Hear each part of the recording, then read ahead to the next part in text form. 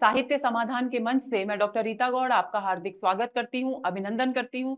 दोस्तों, आज ये कबीरदास जी पर तीसरा सत्र है और पिछले 2 सत्रों से हम 11 से 20 पदों पर बात कर रहे हैं। पद क्योंकि बहुत कठिन है, उलटबासी शैली में अधिकांश पद लिखे गए हैं, इसलिए 3-3, 4-4 पद ही एक सत्र में कराए जा रहे हैं ताकि आप उन्हें अच्छी तरह से समझ सकें और किसी भी तरह की कोई शंका, कोई भ्रम आपके मन में न रहे।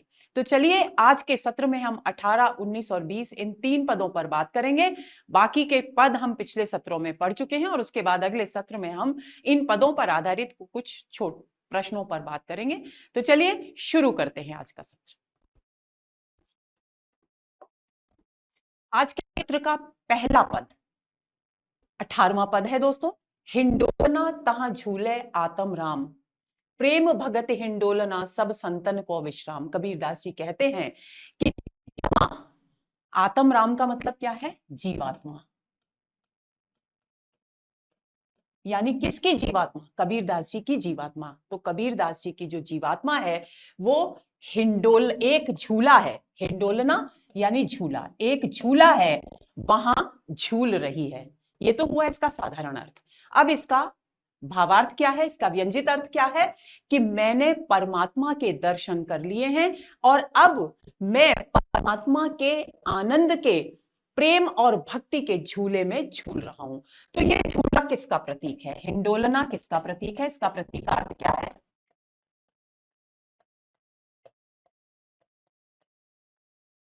प्रेम भक्ति का झूला।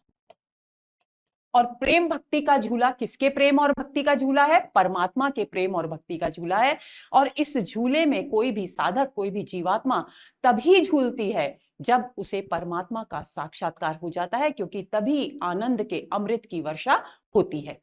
आगे की पंक्ति में कबीरदास जी कहते हैं, प्रेम भगति हिंडोलना। स्वयं उन्होंने स्पष्ट कर दिया कि ये झूला जिसमें मेरी जीवात्मा झूल रही है, ये प्रेम और भक्ति का हिंडोला है, हिंडोलना है, यानी झूला है। और यही वो झूला है, यही वो स्थान है जहां सभी संतों को, यानी परमात्मा की प्राप्ति के मार्ग पर, साधना के पथ पर आगे बढ़ने वाले जितने भी संत समुदाय के लोग हैं, उनको यहीं आकर विश्राम मिलता है, यानी चरम आनंद की प्राप्ति होती है, शांति की प्राप्ति होती है, क्योंकि वे संत लोग निरंतर व्याकुल रहते हैं परमात्मा के दर्शन करने के लिए। तो उनकी व्याकुलता कब समाप्त होगी?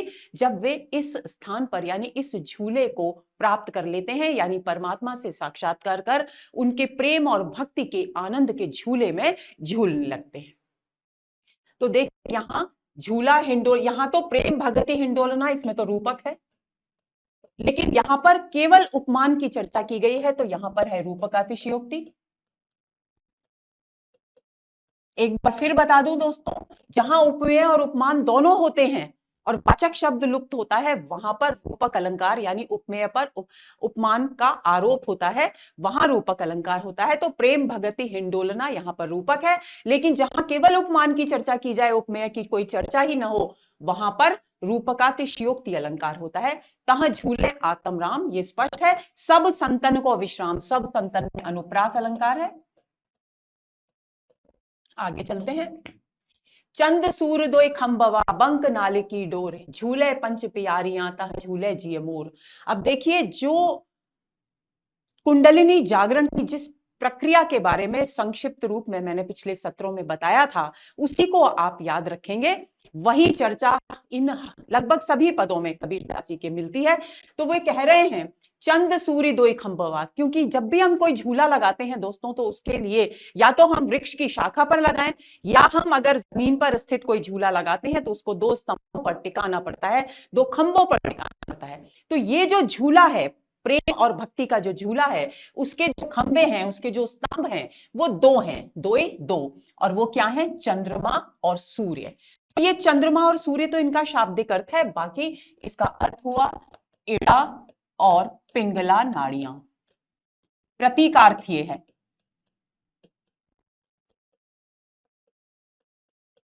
यानी ये जो परमात्मा के प्रेम और भक्ति का, आनंद का झूला है, वो किस पर टिका हुआ है? इड़ा और पिंगला नाड़ियों के खंभों पर टिका हुआ है। रूप का अतिशयोक्ति अलंकार है। कहने का अभिप्राय क्या है? अभिप्राय ये है कि इड़ा और चेतना को मूलाधार चक्र से ऊपर उठाकर साधक विभिन्न प्रकार की साधनाएं करते हुए इड़ा और पिंगला नाड़ियों के सहारे जब ऊपर की ओर उठाता है, तभी वो इस प्रेम भक्ति के आनंद के झूले में झूलने में समर्थ होता है। तो ये खंबे हैं, ये स्तंभ हैं, बंक नाली की डोर, और इस झूले में जो डोरी लगी हुई है वो डोरी है बंक यानी वक्र यानी तिरछी, एक तिरछी नाली है, उसकी डोरी इसमें लगी हुई है। ये बंक नाली क्या है? इसका बंक नाली का प्रतीकार्थ है सुषुम्ना नाड़ी। दोस्तों, ऐसा माना जाता है कि हमारे रीढ़ की हड्डी के इर्द गिर्द इड़ा और पिंगला नाड़ियां हैं, और मध्य भाग में उस रीढ़ की हड्डी के लिपटी हुई एक नाड़ी है जिसे सुषुम्ना नाड़ी कहा जाता है, और वहीं पर साधक को अपना ध्यान केंद्रित करते हुए अपनी ऊर्जा के स्रोत को मूलाधार चक्र से ऊपर सहस्त्रदल कमल तक ले जाना होता है। तो इड़ा और पिंगला नाड़ियां तो इर्द गिर्द हो गई, और बीच में जो बंक नाल जिसको कहा गया है वो है सुषुम्ना नाड़ी की डोरी है। यानी इस डोरी के सहारे ही, इस पर ही ध्यान केंद्रित करके साधक को उस स्थान तक पहुंचना होता है जहां पर ये प्रेम और भक्ति के झूले में झूलने का सुख प्राप्त होता है, आनंद प्राप्त होता है।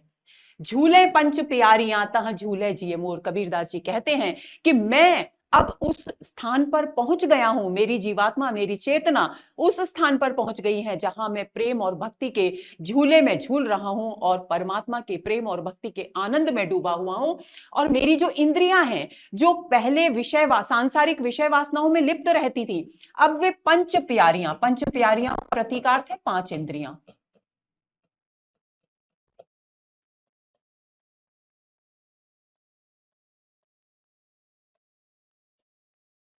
कुछ विद्वान इसे प्राणों के 5 प्राण बताए गए हैं, उनको बताते हैं, लेकिन मेरी दृष्टि में ये पंच प्यारियां 5 इंद्रियों का प्रतीक अधिक उचित प्रतीत होता है, क्योंकि इंद्रियों के माध्यम से ही व्यक्ति सांसारिक विषय वासनाओं में लिप्त होता है। तो कबीरदास जी यहां कहना चाह रहे हैं कि मेरी जो इंद्रियां हैं, जो पहले विषय वासनाओं में लिप्त थी, अब वे भी विषय वासनाओं से विमुख होकर, उदासीन होकर कहां आ गई हैं? यहां परमात्मा के प्रेम में डूब गई हैं, वे भी आनंद में विभोर हैं। तात्पर्य क्या हुआ कि जीवात्मा भी आनंद में विभोर है, इंद्रियां भी आनंद में विभोर है, यानी कबीरदास जी की जीवात्मा पूरी तरह से एकनिष्ठ भाव से परमात्मा के प्रेम के आनंद में डूब गई है। अब उन्हें सांसारिक विषय वासनाएं विचलित नहीं करती। तह झूले जिए मोर, कबीरदास जी कहते हैं, और वहां जहां पर 5 प्यारियां, मेरी 5 इंद्रियां प्रेम के, परमात्मा के प्रेम के आनंद में झूल रही हैं, वहीं मेरा हृदय भी झूल रहा है। यानी मैं भावनात्मक स्तर पर, साधनात्मक स्तर पर, शारीरिक स्तर पर, हर स्थिति में मैं परमात्मा के प्रेम के आनंद में डूबा हुआ हूं, यानी संपूर्ण भाव से मैं आनंद में हूं। आगे चलते हैं, 1 मिनट। पंच प्यारियां में अनुप्रास अलंकार है दोस्तों, और यहां चंद्र सूर्य में रूपकातिशयोक्ति, बंक नाली में भी रूपकातिशयोक्ति अलंकार है। अब आगे चलेंगे। द्वादश गम के अंतरातः अमृत को ग्रास, जिन यह अमृत चाखिया सो ठाकुर हमदास। कबीरदास जी कहते हैं कि अब जहां पर मैंने अपने चेतना को स्थित किया है और मैं प्रेम भक्ति के आनंद में का झूला झूल रहा हूं, उससे द्वादश यानी 12 अंगुल, 12 अंगुल की दूरी पर, अंतरा दूरी पर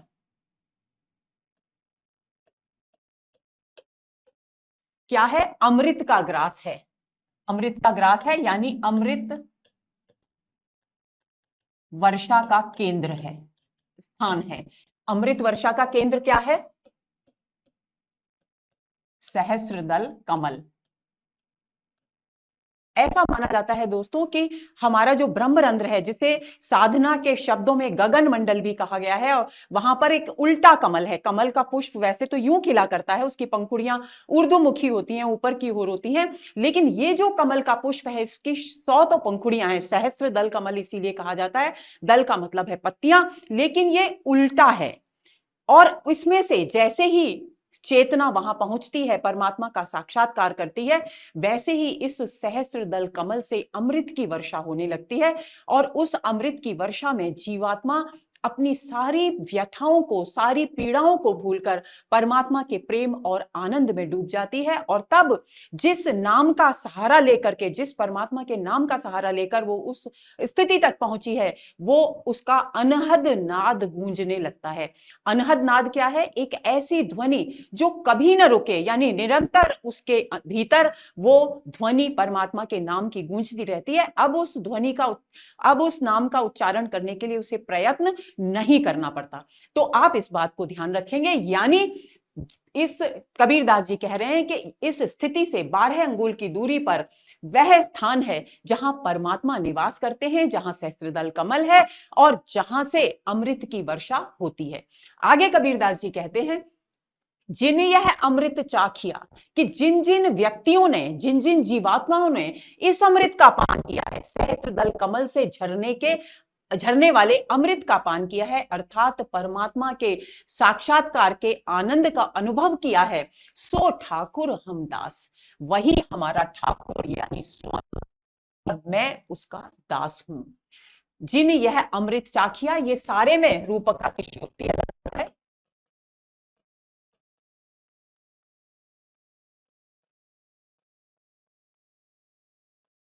आगे चलेंगे। सहज सुन्नी को नेहरो, गगन मंडल सिरमौर, दो कुल हम आगरी, जो हम झूले हिंडोल। कबीरदास जी कहते हैं कि सहज सुन्नी को नेहरो, कि यहीं पर जहां पर सहस्त्रदल कमल है दोस्तों, उसे पूरी तरह से, उस स्थान को ब्रह्मरंध्र कहा जाता है। और साधना के क्षेत्र में उसके लिए एक और शब्द का प्रयोग है, और वो है शून्य मंडल या गगन मंडल। आकाश जो हमें दिखाई देता है वो भी शून्य कहलाता है, और हमारे मस्तिष्क में, मस्तक में जो गगन मंडल है, जो ब्रह्मरंध्र है, उसे भी हम गगन मंडल या शून्य मंडल कहते हैं। तो कबीरदास जी कहते हैं कि सहज रूप से जो शून्य मंडल है, जो मुझे प्राप्त हो गया है साधना के पथ पर चलकर, जो शून्य मंडल है वही मेरा नैहर है। नैहर का शाब्दिक अर्थ होता है मायका। किसी भी स्त्री का जो मायका होता है वो उसका मूल घर होता है, क्योंकि वहां से उसका बचपन बीता होता है। तो इस कबीरदास जी का कहने का स्थान मतलब क्या है कि ये संसार तो मेरा कुछ समय का डेरा है, मेरा जो मूल, जो स्थायी निवास है वो क्या है? वो है शून्य मंडल, यानी परमात्मा के निकट ही मेरा स्थायी निवास है। गगन मंडल सिरमौर, और ये जो शून्य मंडल है, जो मेरा मायका है, जो मेरा स्थायी निवास है, परमात्मा के निकट मैं निरंतर रहना चाहता हूं, रहता हूं, वही मेरा मूल स्थान है। वो संपूर्ण गगन मंडल में, यानी संपूर्ण ब्रह्म रंध्र में, वो श्रेष्ठतम स्थान है। सिरमौर है यानी श्रेष्ठतम स्थान है। और यहां पहुंचकर कबीरदास जी कहते हैं, दो कुल हम आगरी, कि मैंने अपने दोनों कुलों का, ये दो कुल का प्रतीकार्थ क्या है? इहलोक और परलोक। ये कबीरदास जी के दो लोक हैं। इन दोनों कुलों का, आगरी का मतलब वैसे तो श्रेष्ठ है, लेकिन यहां पर इसका प्रतीकार्थ, इसका सांकेतिक अर्थ ग्रहण करेंगे उद्धार करना। व्यंजित अर्थ ये है इसका, प्रतीकार्थ नहीं कहेंगे इसको, बल्कि व्यंजित अर्थ कहेंगे। तो कबीरदास जी कहते हैं कि इस स्थान पर पहुंचकर मैंने अपने दोनों कुल, यानी इहलोक और परलोक, दोनों का उद्धार कर दिया है, यानी दोनों को बिल्कुल इस पाप से, कलमश से दूर कर लिया है। जो हम झूले हिंडोल, कि कब कर लिया है? जब हम यहां इस ब्रह्मरंध्र में, इस गगन मंडल में पहुंचकर, अपने मूल निवास स्थान पर पहुंचकर परमात्मा के प्रेम और भक्ति के आनंद में जब हम झूलने लगे हैं, तो हमने अपने दोनों कुल, इहलोक और परलोक का उद्धार कर लिया है। इहलोक और परलोक का उद्धार करने का मतलब क्या है? इसका मतलब है कि हमने न केवल अपना सांसारिक जीवन सुधारा है, बल्कि अपना मृत्यु के बाद का पारलौकिक जीवन भी कल्याणमय कर लिया है, सुधार लिया है। आगे चलते हैं। अरध उरध की गंगा जमुना, मूल कमल को घाट। कबीरदास जी कहते हैं कि और ये जो स्थान है, इसके इधर उधर, इधर अरध, इधर और उधर क्या है? गंगा और यमुना नदियां हैं। गंगा और यमुना का प्रतीकार्थ क्या हुआ? इड़ा और पिंगला नाड़ियां। एक बार पहले भी हम इस प्रतीकार्थ को देख चुके हैं। तो कबीरदास जी कहते हैं कि इस स्थान के इधर और उधर गंगा और यमुना नदियां हैं, यानी इड़ा और पिंगला नाड़ियां हैं, मूल कमल को घाट। और इन गंगा और यमुना नाड़ियों का जो मूल घाट है, देखिए जब भी कभी हम किसी नदी पर जाते हैं तो उसके किनारे बहुत सारे घाट लगे होते हैं जहां पर व्यक्ति स्नान करते हैं। तो उसी घाट को यहां पर प्रतीक के रूप में इस्तेमाल किया गया है। कबीरदास जी कहते हैं कि यहां पर इसका जो मूल घाट है वो क्या है? कमल है, यानी सहस्त्रदल कमल, यानी ब्रह्मरंध्र इसका सहस्त्रदल कमल इसका मूल घाट है, जहां पर स्नान करने से इहलोक और परलोक दोनों का उद्धार हो जाता है। सांसारिक जीवन सुखमय होता है, पारलौकिक जीवन सुखमय होता है, और कोई भी जीवात्मा परमात्मा के प्रेम और भक्ति के झूले में झूलने में समर्थ होती है। षट चक्र की गागरी त्रिवेणी संगम बाट। और कबीरदास जी कहते हैं लेकिन इस स्थान तक पहुंचने के लिए क्या करना पड़ता है? 6 चक्रों को पार करना पड़ता है। वो मैंने आपको पहले भी एक सत्र में बताया था कि हमारे शरीर में सबसे निचला जो चक्र है वो है मूलाधार चक्र, फिर स्वादिष्ठान चक्र, फिर मणिपुर चक्र, फिर अनाहत चक्र, फिर विशुद्धि चक्र और फिर आज्ञा चक्र। तो ये 6 चक्र माने गए और 7वां स्थान माना गया है ब्रह्मरंध्र। तो ऐसा माना जाता है कि हमारे शरीर का जो मूलाधार चक्र है वहां पर हमारी चेतना, हमारी ऊर्जा का स्रोत निवास करता है। और जब हम साधनाओं के जरिए उस चेतना को जागृत कर ऊपर की ओर उठाते हैं तो इड़ा पिंगला और सुषुम्ना नाड़ियों के सहारे वो चेतना आज्ञा चक्र तक, आज्ञा चक्र यहां माना जाता है, यहां पहुंचती है। और ये जो स्थान है वो वहां पर तीनों नाड़ियां मिलती हैं। कौन सी तीनों नाड़ियां? इड़ा पिंगला और सुषुम्ना। और इन्हीं को यहां पर त्रिवेणी संगम कहा है कवि ने।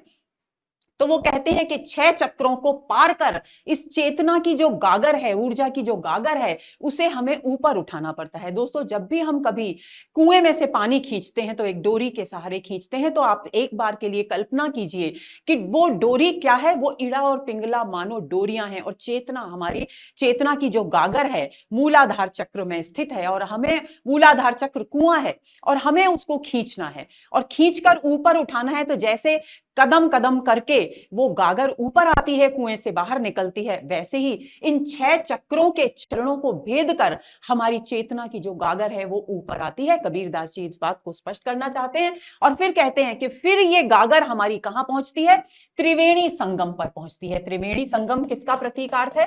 त्रिवेणी जो प्रयागराज में है दोस्तों, वहां पर गंगा, यमुना और सरस्वती 3 नदियों का मिलन होता है। और यहां जिस त्रिवेणी की बात की जा रही है वो है आज्ञा चक्र, जो हमारी दोनों भौहों के बीच में स्थित होता है।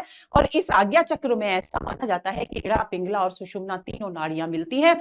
यही कारण है कि योगी साधक लोग यहीं पर आज्ञा चक्र पर ध्यान केंद्रित करने की बात करते हैं। तो वो कहते हैं कि यहां इसका जो मार्ग है, इस मूल घाट पर जाने का जो मार्ग है वो त्रिवेणी संगम से होकर के जाता है। इस बात की ओर संकेत कर रहे हैं, यानी व्यक्ति को, जीवात्मा को, चेतना को पहले त्रिवेणी संगम पहुंचना पड़ता है, यानी आज्ञा चक्र पहुंचना पड़ता है। उसके बाद ही उसका मूल कमल यानी सहस्त्रदल कमल के घाट पर पहुंचने का मार्ग तय होता है। आगे चले। रूपका तिशयोक्ति अलंकार सभी जगह है, मूल कमल को घाट में यहां रूपक है। षट चक्र की गागरी में रूपक है, त्रिवेणी संगम बाट में भी रूपक है। आगे चलते हैं। नाद व्यंद की नावरी राम नाम कनिहार, कहे कबीर गुण गाय ले गुरु गमे उतरो पार। कबीरदास जी कहते हैं कि और ये जो इतनी दुर्गम इड़ा और पिंगला जो गंगा यमुना नदियां हैं, इनको पार करने के लिए कौन सी नाव में सवार होना पड़ता है? वो नाव है नाद, यानी अनहद नाद। अनहद नाद किसकी? क्या अनहद नाद? कभी ना रुकने वाली ध्वनि। नाद मतलब ध्वनि, अनहद यानी बिना सीमाओं के, बिना रुकावट के निरंतर जो ध्वनि गूंजती रहे। कौन सी? परमात्मा के नाम की ध्वनि जब निरंतर गूंजती रहे, उसकी नौका। और व्यंद यानी बिंदु, परमात्मा के नाम के अनहद नाद और बिंदु यानी एक ही स्थान पर अपने ध्यान को केंद्रित करने की जो नौका है, नाव यानी नौका, नौका पर सवार होना पड़ता है। राम नाम कनिहार। और ये जो अनहद नाद और बिंदु की जो नाव है, इसको इसके कनिहार यानी कर्णधार कौन है, यानी इसके केवट, इस नाव को खेने वाले इसके खेवैया नाविक कौन है? राम का नाम ही इसका नाविक है। व्यक्ति इसे स्वयं नहीं चलाता, बल्कि राम का नाम इसे आगे बढ़ाता है। कहे कबीर गुण गाय ले, कबीरदास जी कहते हैं। इसलिए ये सारी स्थिति को समझकर जीवात्मा तू प्रभु का गुणगान कर ले, परमात्मा का नाम ले ले और गुरु गमी, गुरु को प्राप्त कर ले, गमी गुरु को प्राप्त कर ले, क्योंकि ऐसा करने पर ही तू पार उतर पाएगी, यानी संसार रूपी सागर से पार उतर पाएगी।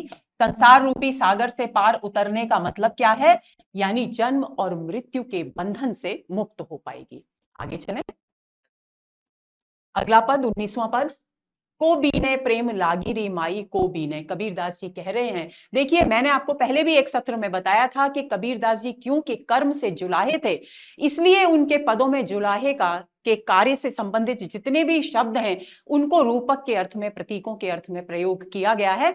तो वो कहते हैं कि हे माई, हे सखी, यहाँ माई का अर्थ माता नहीं है बल्कि सखी है, और वे किसको संबोधित कर रहे हैं? या सखी है जीवात्मा। हे जीवात्मा, मुझे प्रेम की लगन लग गई है।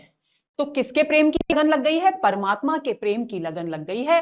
अब मैं सांसारिक विषय वासनाओं के इस से अपने कर्मों के वस्त्र को, अपने जीवन के वस्त्र को क्यों बुनूं? को बीने, कौन बुने? कौन बुने में व्यंजित है दोस्तों कि क्यों बुनूं। तो वो कह रहे हैं कि जब मुझे परमात्मा के प्रेम की लगन लग गई है तो मैं सांसारिक विषय वासनाओं में पड़कर अपने जीवन के कर्म, जीवन के वस्त्र को क्यों बुनूं। देखिए, जब भी वस्त्र बुना जाता है, आप एक बात को अच्छी तरह अपने दिमाग में बिठा लें, उसमें आड़े और तिरछे धागे होते हैं। कुछ धागे ऐसे होते हैं और कुछ धागे ऐसे लंबवत होते हैं, और उन धागों को कहा जाता है ताना और बाना। उसके द्वारा वस्त्र बनता है। तो वस्त्र तो बन रहा है किसका? वस्त्र है जीवन का। और ताना बाना किसका है? कर्मों का। और कर्म दो प्रकार के होते हैं, एक विषय वासनाओं में लिप्त रहकर किए जाने वाले कर्म यानी पाप कर्म, और एक सत्वृत्तियों से युक्त कर्म यानी पुण्य कर्म, जो परमात्मा के निकट हमें ले जाते हैं। तो कबीरदास जी कहते हैं कि हे जीवात्मा रूपी सखी, मुझे तो प्रभु के प्रेम की, परमात्मा के प्रेम की लगन लग गई है। अब भला मैं सांसारिक विषय वासनाओं में लिप्त होकर अपने जीवन के वस्त्र को इन पाप कर्मों से क्यों बुनूं? अर्थात मैं माई को भी, कि मैं तो इस प्रकार का वस्त्र बुनने वाला नहीं हूं, कोई और बुनना चाहे तो भले ही बुने। ये व्यंजित है इसमें। राम रसायन माँ तेरी माई को भी ने। कबीरदास जी कहते हैं कि मैं तो राम रूपी, देखिए यहां अनुपम है राम रसायन में, और रूपक भी है। राम के नाम रूपी रसायन को, द्रव्य को, एक द्रव्य को, मादक द्रव्य को मैंने पी लिया है, और मैं मातेरी, मैं उसका मस्त हो गया हूं। जैसे कोई भी नशीला द्रव्य पीकर कोई भी व्यक्ति मस्ती में झूमने लगता है, उसी तरह से कबीरदास जी कहते हैं कि मैंने राम नाम के रसायन का पान किया है, यानी परमात्मा से साक्षात्कार हो गया है, उनके प्रति प्रेम और भक्ति का भाव मेरे हृदय में जाग गया है। तो ऐसी स्थिति में जबकि मैं उस राम रसायन रूपी श्री राम के नाम में को पीकर मदमस्त हो गया हूं, तो भला मैं सांसारिक विषय वासनाओं में डूबकर अपने कर्मों के, पाप कर्मों से अपने जीवन के वस्त्र को क्यों बुनूं। आगे चलते हैं।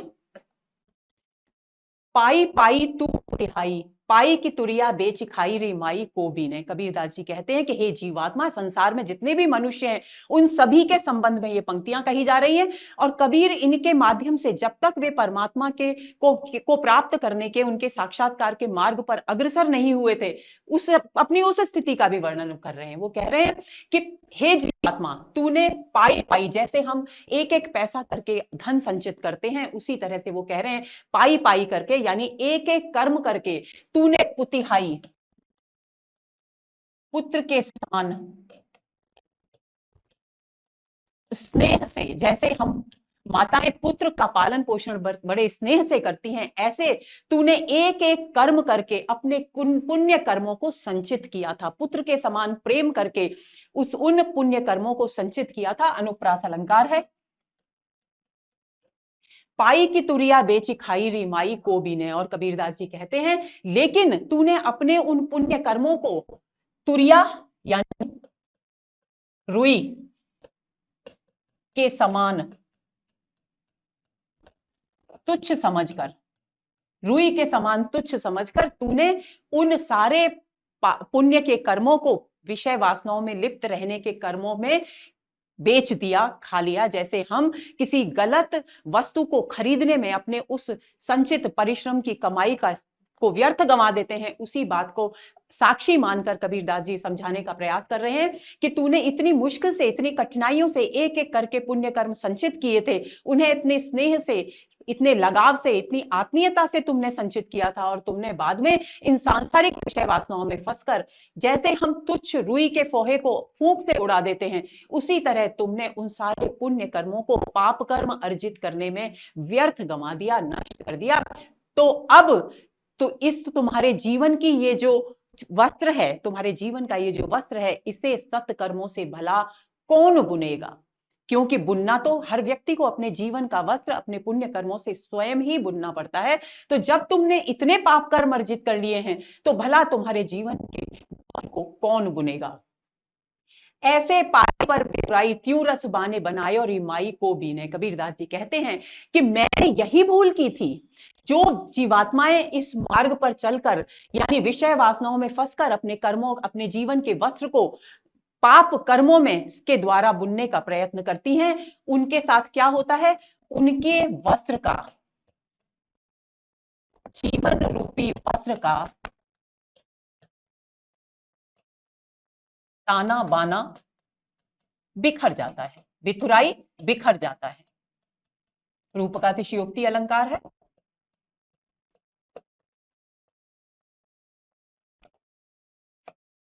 लेकिन जैसे ही वे रस परमात्मा के प्रेम में डूबकर अपने जीवन रूपी वस्त्र को बनाने की कोशिश करती हैं, तो उनकी स्थिति सुधरती लगती है, जीवन में संतुलन आने लगता है। तो ऐसी मैं क्योंकि परमात्मा के प्रेम में डूबा हुआ हूं, इसलिए मैं तो इस तरह के विषय वासनाओं में लिप्त होकर अपने जीवन के वस्त्र को नहीं बुनूंगा। हे जीवात्मा, भला फिर तुम्हारे जो पाप कर्मों में लिप्त जीवन का जो वस्त्र बुना जा रहा है, उसे कौन बुनेगा? अर्थात तुम जागृत हो जाओ और अपनी वास्तविक स्थिति को पहचानो और सत कर्मों से अपने जीवन के वस्त्र को बुनने का प्रयास करो। ये बात यहां व्यक्त है। आगे चलें।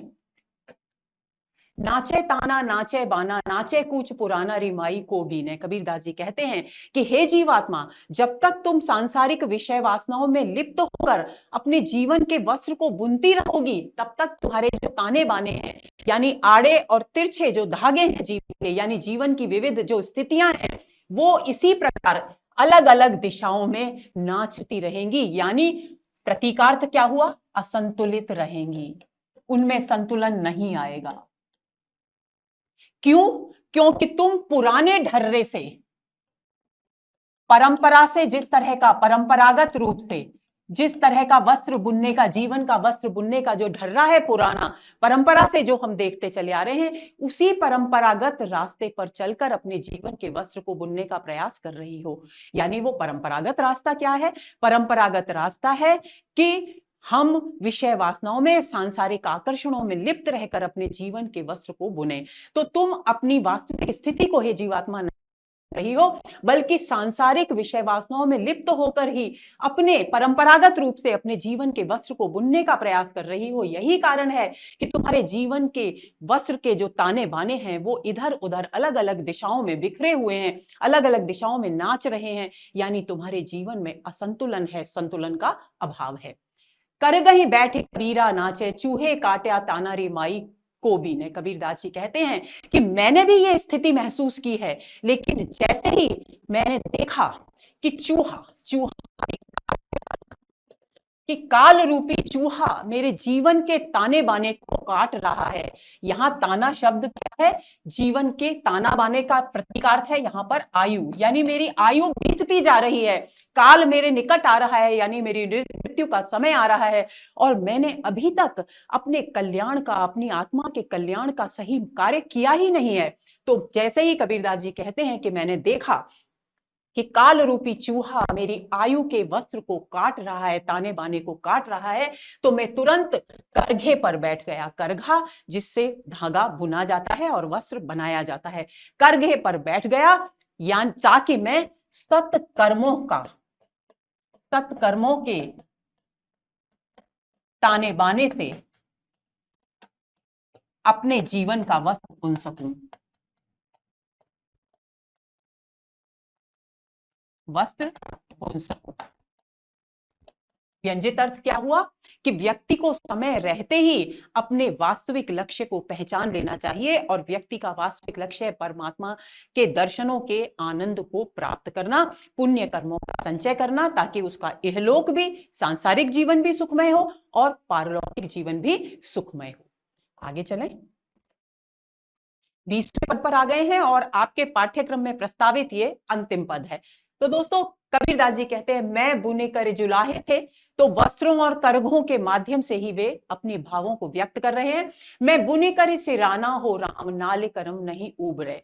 ये सारे, ये नाली और बुनना, ये सब क्या है? ये सब जुलाहे के काम में आने वाली वस्तुएं हैं। तो कबीरदास जी कहते हैं कि हे प्रभु, हे परमपिता परमेश्वर, मैं अपने जीवन के वस्त्र को बुन बुन करके शांत, सिराना का अर्थ होता है शांत होना, और जब हम कोई भी पूजा कार्य करते हैं या कहीं किसी नवरात्रों में माता की मूर्ति की स्थापना करते हैं या कुछ भी और, जैसे गणपति की स्थापना करते हैं, तो हम उन्हें जल में प्रवाहित करने के लिए जाते हैं। उस कार्य को भी लोक भाषा में सिराना कहा जाता है, यानी अर्पित करना, शांत करना, अर्पित करना, ये इसके अर्थ है। तो आप इसके अर्पित करने वाले अर्थ को ग्रहण करेंगे, वो व्यंजित अर्थ है, और शांत करना यहां पर शाब्दिक अर्थ है। तो कबीरदास जी कहते हैं कि मैं अपने जीवन के वस्त्र को बुन बुन करके थक गया हूं, यानी अपनी कर्मों को इस संसार में, अब जीवन में अर्पित करते करते थक गया हूं, लेकिन मेरा नाल जो कर्म है, नाल कर्म का प्रतीकार्थ क्या है?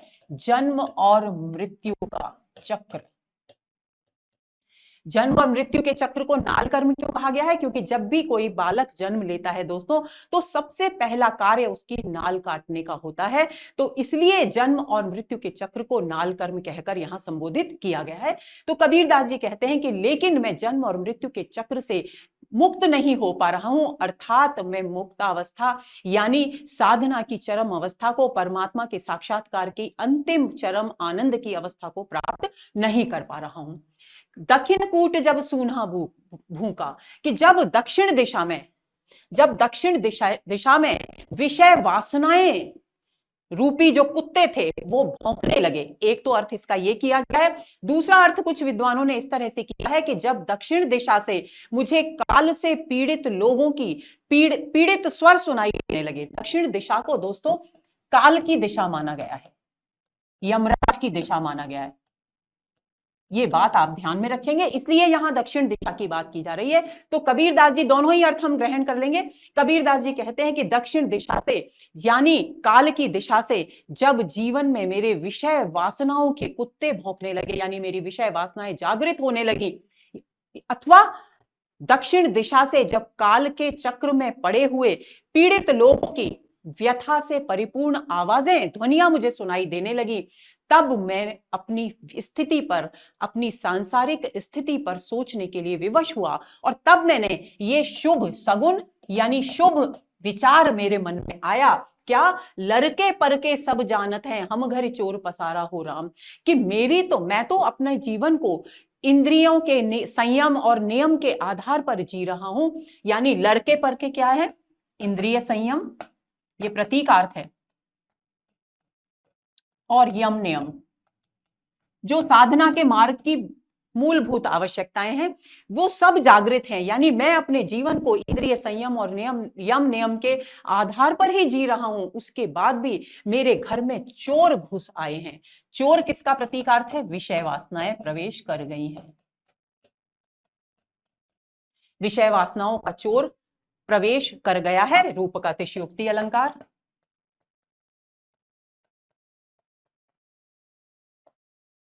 आगे चलेंगे।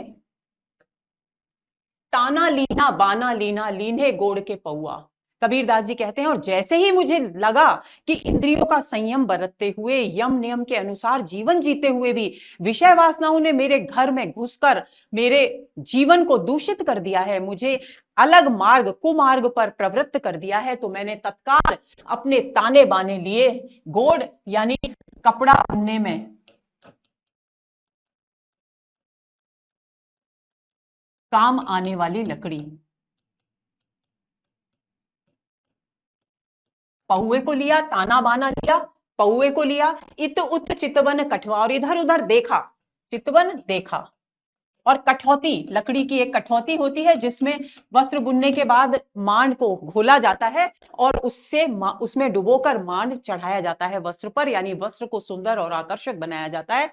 यानी अपने जीवन को सुधारने के जितने भी साधन थे, कबीरदास जी कहते हैं मैंने उन सबको तत्काल लिया। जैसे ही मुझे यह एहसास हुआ कि इतनी सचेत होने के बावजूद मेरे घर में, मेरे हृदय में विषय वासनाओं ने अपना डेरा जमा लिया है, विषय वासनाओं का चोर घुसाया है, तो मैंने तत्काल अपने जीवन के वस्त्र को सुंदर और आकर्षक बनाने के लिए, यानी पुण्य कर्मों से अलंकृत करने के लिए सारे साधन जुटा लिए और मैं उस एकांत स्थान की ओर चल पड़ा जहां पर जाकर मैं श्री राम के ध्यान में डूबकर अपनी साधना के मार्ग पर आगे बढ़ सकूं, यानी सांसारिक विषय वासनाओं से ऊपर उठकर प्रभु के, परमात्मा की प्राप्ति के मार्ग पर आगे बढ़ूं। एक पग दोई पग त्रे पग संध संधि मिलाई। कबीरदास जी कहते हैं कि इस प्रकार मैंने अपने जीवन के एक पग यानी जीवन का एक चरण यानी बाल्यावस्था बिता दी, दूसरा पग अवस्था बिता दी, तीसरा पग यानी प्रौढ़ावस्था बिता दी, लेकिन मैं अपने कार्य में सफल नहीं हुआ, यानी नाल कर्म से, यानी जन्म और मृत्यु के चक्र से मेरा उद्धार नहीं हो सका। और मैं क्या किया, मैंने इन 3 अवस्थाओं के दौरान जो भी कर्म किए थे, जो कर्म विषय वासनाओं में लिप्त होकर किए गए थे, उन कर्मों से जोड़ मिलाने की कोशिश की।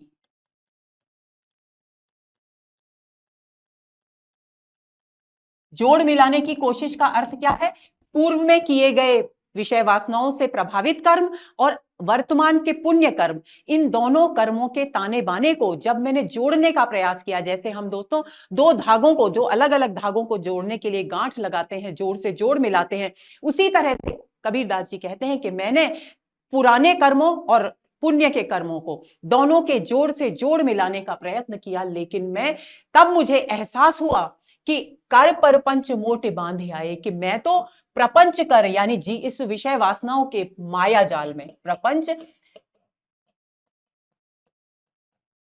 विषय वासनाओं के